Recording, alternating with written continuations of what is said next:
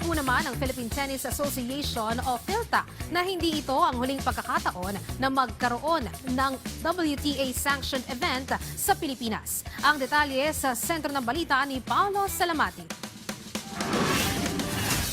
Sinisiguro ng Philippine Sports Commission kasama ang pangikipagtulungan ng Philippine Tennis Association of PhilTA na makapagbigay ng isang world-class feel sa pagtatanghal ng kauna-unahang hosting ng bansa ng isang WTA 125 event ng Philippine Women's Open ngayong Enero sa Rizal Memorial Tennis Center sa Maynila. Ayon sa PhilTA, ilang mga WTA officials ang nakatakdang manood at magmasid sa nasabing kompetisyon upang magbigay ng grado patungkol sa magiging hosting ng Pilipinas sa Philippine Women's Open. Sa naganap na press conference kamakailan sa isang hotel sa Pasay City, ibinahagi ni PhilTA Secretary General John Ray Tiangco na ito rin kasi ang magiging basihan kung pasok ba sa standards ng WTA ang isang bansa na makapag-host ng ganitong klaseng kompetisyon at kung kaya na ba ng Pilipinas na i-upgrade sa mas mataas na WTA-sanctioned event ang tennis tournament sa bansa gaya ng WTA 250. Actually, our franchise, we have the right to renew the franchise for the next 2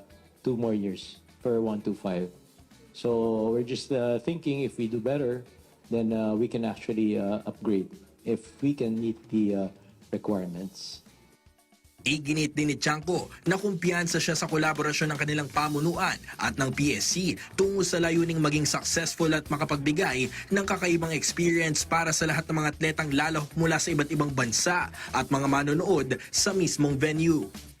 We're confident, basta dun sa courts natin, everything, all the requirements of, maraming requirements yung WTA, but we're confident, of course, with the PSC beside us, that we can finish on time. And not just finish. So if you look at it, it's going to be a different experience.